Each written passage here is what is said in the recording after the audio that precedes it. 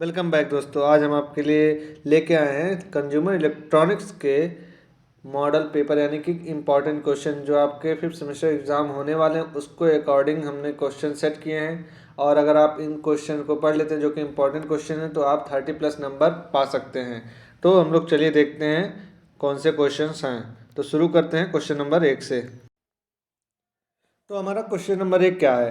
तो आप लोगों ने पढ़ा होगा जैसे कि हिंदी में लिखेंगे सीधे विकिरण या फिर डायरेक्ट रेडिएशन। ये ये एक लाउड स्पीकर का टाइप है। आप इसमें पूरा इसकी वर्किंग और इसके जो डायग्राम है उसको अच्छे से प्रिपेयर कर लीजिए, क्योंकि आप लोगों को पता है long answer type question 5-5 number के आते हैं आपके। और अगर आप डायग्राम और पूरे अच्छे से नहीं लिखते हैं तो आपके नंबर डिडक्ट हो सकते हैं। इसमें एक आपको फार्मूला मिलता है इफ़िशियंसी का, उसको भी आप नोट कर लीजिए और अच्छे से डिस्क्रिप्टिव टाइप से आप इसका आंसर देंगे तो आपके नंबर नहीं कटेंगे। तो चलिए हम नेक्स्ट क्वेश्चन की तरफ चलते हैं। हमारा दूसरा क्वेश्चन है। दूसरा जो क्वेश्चन हमारा होता है ट्विटर और वूफर में हम लोगों को डिफरेंस बताना है। जैसे क्या होता है ट्विटर एंड वूफर, ये भी आप लोगों ने पढ़ा ही होगा। तो इसमें आप अगर डिस्क्रिप्टिव टाइप से बता रहे हैं क्वेश्चन का आंसर तो आप अगर फिगर आपको नहीं भी आता है तो आपका मतलब नंबर तक कटने का चांस कम होता है। अगर आप डिस्क्रिप्टिव लिख रहे हैं अच्छे से, हर एक चीज़ को अच्छे से बता रहे हैं तो आपका नंबर कटने का चांस कम होता है। अगर हाँ, लेकिन अगर आपको फिगर आ रहे हैं तो आप फिगर 100% बनाइए, क्योंकि फिगर से अलग, फिगर पे अलग से एग्जामिनर का जो है किया जाता है कि लड़के ने फिगर बनाया इसका मतलब लड़का अच्छे से पढ़ा है। तो इसमें आपको ट्विटर पेपर बनाना है, उसका सर्किट बना दीजिएगा। सर्किट बनाने के बाद क्रॉस नेटवर्क उसका एक होता है क्रॉस ओवर नेटवर्क, उसको देख लीजिएगा। तो मतलब क्रॉस ओवर नेटवर्क ये सब बहुत लंबे लंबे क्वेश्चन है। आप चाहें तो उसमें एक फिगर देकर इसके सभी पार्ट को अच्छे से ड्राइव कर सकते हैं। तो आपको इसमें जो इसका डायग्राम होगा, डायग्राम में अगर आपको आता है तो आप तो ज़रूर बनाएंगे, तो जाहिर सी बात है। लेकिन अगर नहीं आता तो ये ऑप्शनल है, नहीं आता तो ये ऑप्शनल है। आप बना सकते हैं और नहीं बनाएंगे तो आप अगर गलत हो जाएगा तो आपका वैसे ही नंबर डिडक्ट होना। तो इसके अच्छा है कि आप गलत बनाने की अपेक्षा उसको ना बनाएं और अच्छे से उसको डिस्क्रिप्टिव टाइप से लिखें। और हाँ, जो हमारा पहला क्वेश्चन था उसमें हम मेनली एक होता है कोन टाइप का, हमारा जो लाउड स्पीकर होता है वो अक्सर मतलब इम्पोर्टेंट की श्रेणी में रखा जाता है। आप उसको अच्छे से पढ़ लीजिएगा। और ये उसका कोन टाइप का एक अच्छा सा डायग्राम छोटा सा ही होता है, उसको आप तैयार कर लीजिएगा। ऐसे होता है, छोटा सा डायग्राम होता है। ये लाउड स्पीकर होता है, कोन बना होता है, इधर पीछे से क्रिस्टल लगा होता है, इसी तरह का होता है। आप इसको अच्छे से प्रिपेयर कर लीजिए, उसका डायग्राम तो आप अच्छे से प्रिपेयर कर सकते हैं। तो हमारा तीसरा क्वेश्चन आता है। तीसरा क्वेश्चन हमारा आता है हाई फाई स्टीरियो सिस्टम। इसमें हाई फाई स्टीरियो सिस्टम में आप एक होता है डॉल्बी, आपने पढ़ा होगा।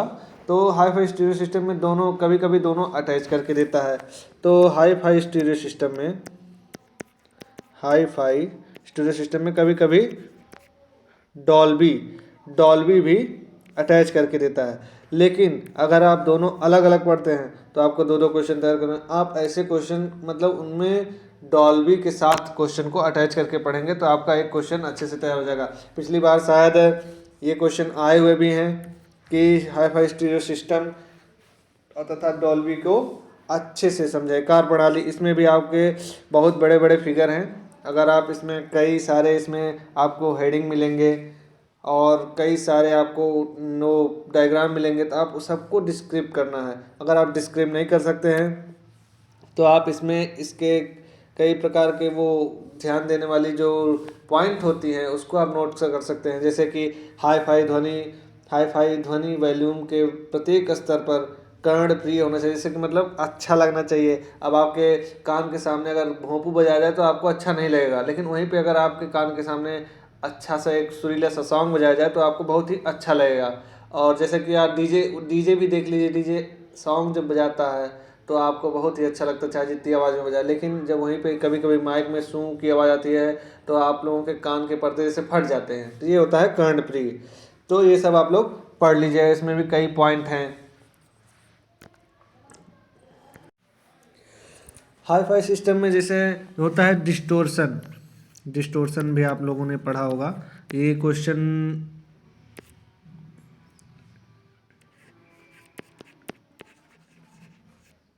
डिस्टोर्शन, ये क्वेश्चन आपके अगले वाले क्वेश्चन में लगभग होगा, क्योंकि डिस्टोर्शन अलग से एक टॉपिक है। जो हाई फाई सिस्टम है उसमें डिस्टोर्शन बिल्कुल निग्लेजिबल होता है, यानी कि नगण्य होता है। और जो हाई फाई की जो आपका साउंड होता है वो मूल साउंड, मतलब जो एक्चुअल साउंड जो होती है आपकी, उससे कहीं ज़्यादा कर्णप्रिय होती है। मतलब आप जो बोल रहे हैं उससे कहीं ज़्यादा संगीतमय होता है, ताकि जो सुनने वाले श्रोता होते हैं उनको बहुत ही अच्छे से सुनाई दे। उसके बाद अगला पॉइंट क्या लिख सकते हैं आप इसमें, जैसे कि अवांछित शोर, यानी कि अनवांटेड नॉइज़, ये सब एक्सटर्नल नॉइज़, ये सब बहुत ही कम होता है, मतलब प्रवेश नहीं होना चाहिए इसमें, ठीक। और उसके बाद इसमें जो एस एन रेशियो होता है, आप लोगों ने पढ़ा होगा एस एन रेशियो, ये होता है सिग्नल टू नॉइज रेशियो। इसमें जो है 60 dB होता है, सॉरी, इसमें जो है 60 dB होता है। ये सब अगर आप पॉइंट लिख देते हैं अच्छे से, और एक आध आप डायग्राम इसको बना के अच्छे से दे देते, तो आपका नंबर कटना नहीं है। तो हम लोग चलिए आज चलते हैं नेक्स्ट क्वेश्चन की तरफ। हमारा नेक्स्ट क्वेश्चन जो है वही पुराना वाला, डिस्टॉर्शन इन साउंड। क्या है? डिस्टॉर्शन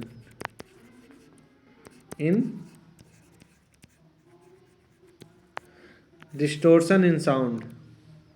अब देखिए, ये डिस्टोर्शन इन साउंड, इसमें ध्वनि के विरूपण में मतलब आप कह सकते हैं यदि किसी ध्वनि पुनरुत्पादन प्रणाली के आउटपुट पर प्राप्त ध्वनि से अलग हो। जैसे मान लीजिए आप इधर से क बोल रहे हैं, उधर से ख सुनाई दे रहा है, तो ये तो पूर्णतः डिस्टोर्शन हो गया, क्योंकि बोला आपने क, सुनाई दे रहा है ख। तो इसी प्रकार का डिस्टोर्शन, मतलब जो आप एक्चुअल ध्वनि दे रहे हैं, इनपुट में दे रहे हैं, वो आपको एक्चुअल ना मिल के बल्कि उससे कहीं अलग मिले। तो इसमें भी कई प्रकार के होते हैं। एक हो जाता है आपका एम्पलीट्यूड डिस्टोर्शन।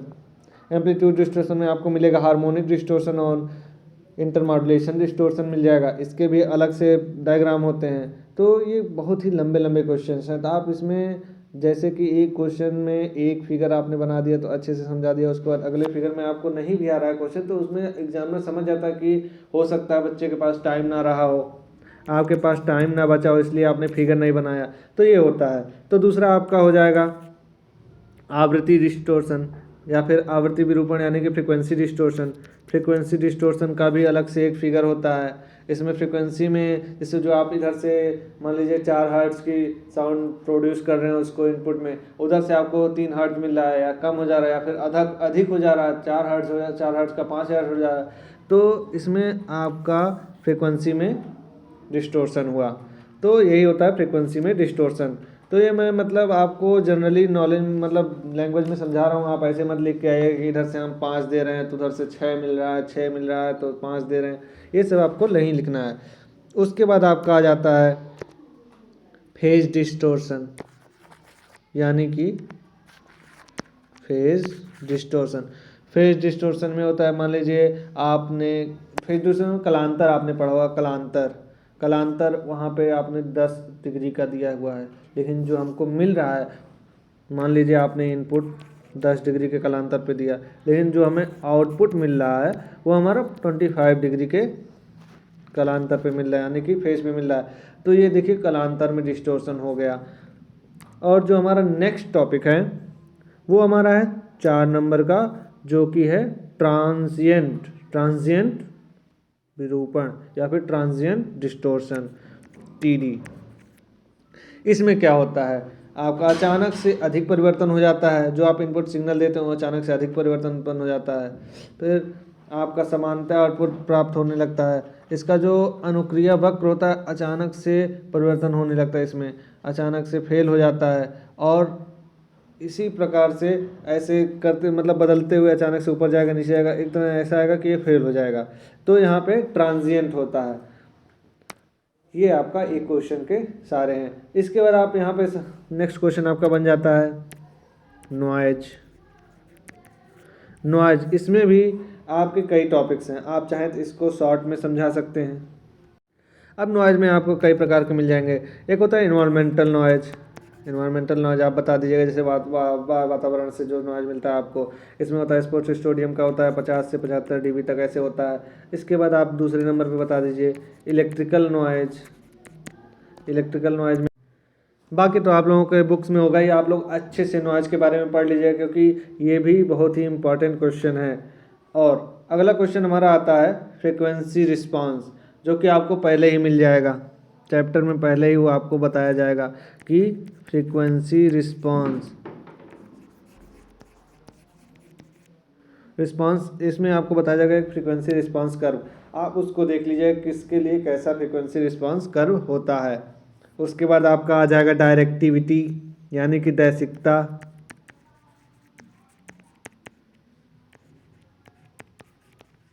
डायरेक्टिविटी में आपका एक आ जाएगा एक दिशीय है, बहुदिशीय है, यानी ओमनी डायरेक्शनल है या फिर सिंगल डायरेक्शनल, मोनो डायरेक्शनल है। आप लोग ये पढ़ लीजिएगा कि इसकी डायरेक्टिविटी मतलब ये छोटे क्वेश्चन में आता है कि अगर आप मान लीजिए कई पार्ट में देता है तो आपको दे देगा कि इन टॉपिक्स को आप डिस्क्राइब कीजिए। और हमारा नेक्स्ट अगला क्वेश्चन है कार्डियल माइक्रोफोन कहाँ यूज किया जाता है। हमारा अगला जो क्वेश्चन है वो है कार्डियल माइक्रोफोन। आप लोग कार्डियल माइक्रोफोन के बारे में बढ़िया से पढ़ लीजिएगा, ये कहाँ यूज किया जाता है। और इसमें छोटा सा एक और मान लीजिए कई पार्ट में दिया है, जैसे कि हम लोग बता रहे हैं कि 5 नंबर का होता है, इसमें 1 पार्ट 2 पार्ट ABCD करके दीजिए, इसको आप डिस्क्राइब कीजिए। उसमें आप पढ़ लीजिएगा ट्रांसड्यूसर। ट्रांसड्यूसर आपने पढ़ा, IIT में पढ़ा होगा ट्रांसड्यूसर क्या होता है। उसके बाद इसे पढ़ने के बाद आपका अगला क्वेश्चन आता है, अगला आपका क्वेश्चन आता है चैप्टर नंबर 2 से। यहाँ से आपको पढ़ने को मिलेगा जैसे digital audio and it's benefit, मतलब डिजिटल ऑडियो है क्या और इसके बेनिफिट्स, इसके बारे में आपको अच्छे से पढ़ लेना है क्योंकि ये चैप्टर नंबर 2 में लगभग ज़्यादा लंबा चैप्टर है नहीं, आपको ये एक मेन क्वेश्चन मिलेगा उसमें। बाकी और सब भी हैं लेकिन हम उसको प्रायोरिटी नहीं दे रहे हैं। अगर आप चाहें तो एक बार उसको भी देख सकते हैं क्योंकि एग्ज़ाम में क्या आने वाला है ये किसी को भी पता नहीं होता, लेकिन हम केवल प्रोबेबिलिटी देख सकते हैं। तो हम लोग फिर चलते हैं नेक्स्ट क्वेश्चन में। तो चैप्टर 2 के बाद हमारा आ जाता है सीधे चैप्टर नंबर 3। जो हमारा फर्स्ट चैप्टर था वही सबसे बड़ा चैप्टर था, इसलिए उसमें से ज़्यादा क्वेश्चन उठाने के चांसेस हैं। इसमें आपका मेन इंटरेस्टिंग जो आपका पहला क्वेश्चन हो जाता है वो होता है लाइन ऑफ साइट। इसके बारे में आप डिस्क्रिप्टिव तरीके से बताइए लाइन ऑफ साइट क्या होता है। जैसे लाइन ऑफ साइट होता है मतलब जब किसी को ट्रांसमिट किया जाता है एंटीना से तो वो बिना अवरुद्ध हुए अपने दूसरे भाग तक रिसीव हो जाए, जहाँ रिसीवर उसको होना है वहाँ तक बिना अवरुद्ध हुए जितनी दूरी तक हो सकता है वही उसकी लाइन ऑफ साइट हो जाती है। उसके बाद आपका आ जाता है दूसरा क्वेश्चन मेथड ऑफ ट्रांसमिशन।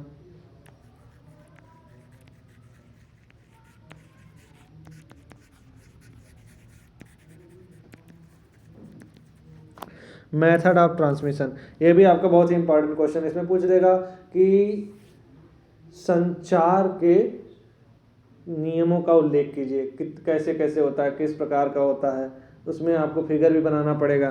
तो ये भी आपके लिए बहुत ही इंपॉर्टेंट क्वेश्चन है। ये अगर आप सारे क्वेश्चन पढ़ लेते हैं तो आपको 30+ नंबर बड़े आराम से मिल सकते हैं। तो चलिए हम लोग नेक्स्ट क्वेश्चन की तरफ चलते हैं।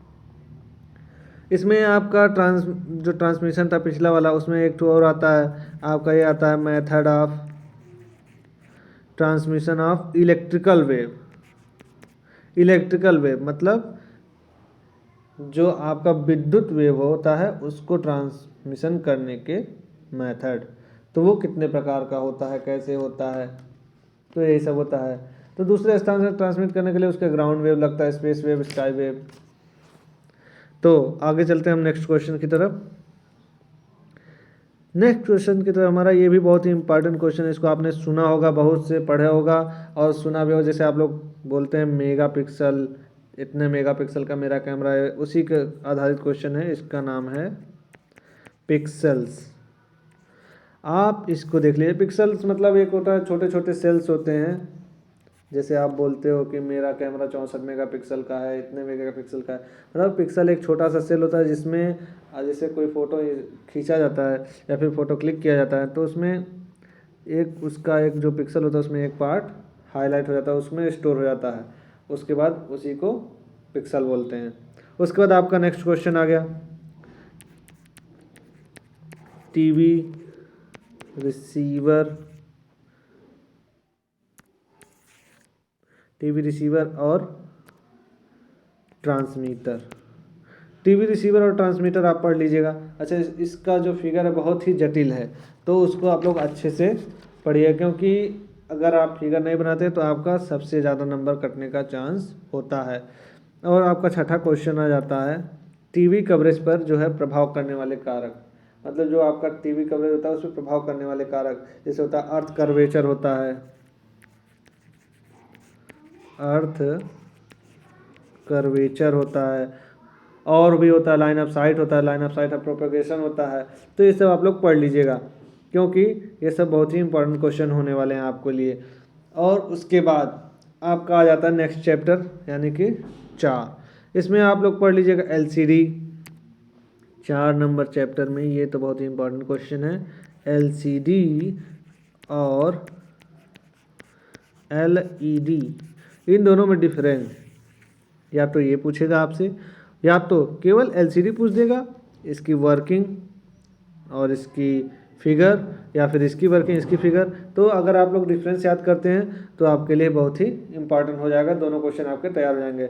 और इसके बाद आपका नेक्स्ट क्वेश्चन पूछ सकता है कि जैसे एलईडी में कलर, जैसे कई कलर के एलईडी होते हैं, तो ग्रीन कलर किससे होता है, ग्रीन कलर गैलियम फास्फाइड से होता है, जीएपी से होता है।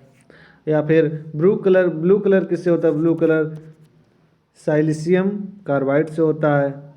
तो ये सब होता है, आप लोग ये याद कर लिए, मतलब कई कलर जो है वो किससे होता है। उसके बाद मेन क्वेश्चन आ गया आपका सीसीटीवी, इसके बारे में पढ़ लीजिएगा, सीसीटीवी के बारे में पढ़ लीजिएगा। इसके बाद आपका मेन क्वेश्चन आ जाता है चैप्टर नंबर 5 से, जो कि बहुत ही इंपॉर्टेंट क्वेश्चन है, माइक्रोवेव ओवन। ये क्वेश्चन है माइक्रोवेव ओवन।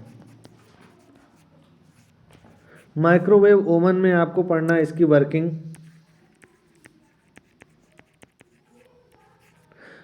पढ़ लेना है आपको, और इसका फिगर भी, तो इसका मतलब एक इसमें 2 फिगर आपको मिलेंगे, एक इसका सर्किट का फिगर और इसके वर्किंग फिगर में ऐसे आपको माइक्रोवेव ओवन दे देगा, बीच में ऐसे पॉट रख देगा, इसमें आपको वो वेव दिखाने रहेंगे कि कैसे वो आपस में लड़कर एक ही जगह पे कॉन्सेंट्रेटेड होती हैं।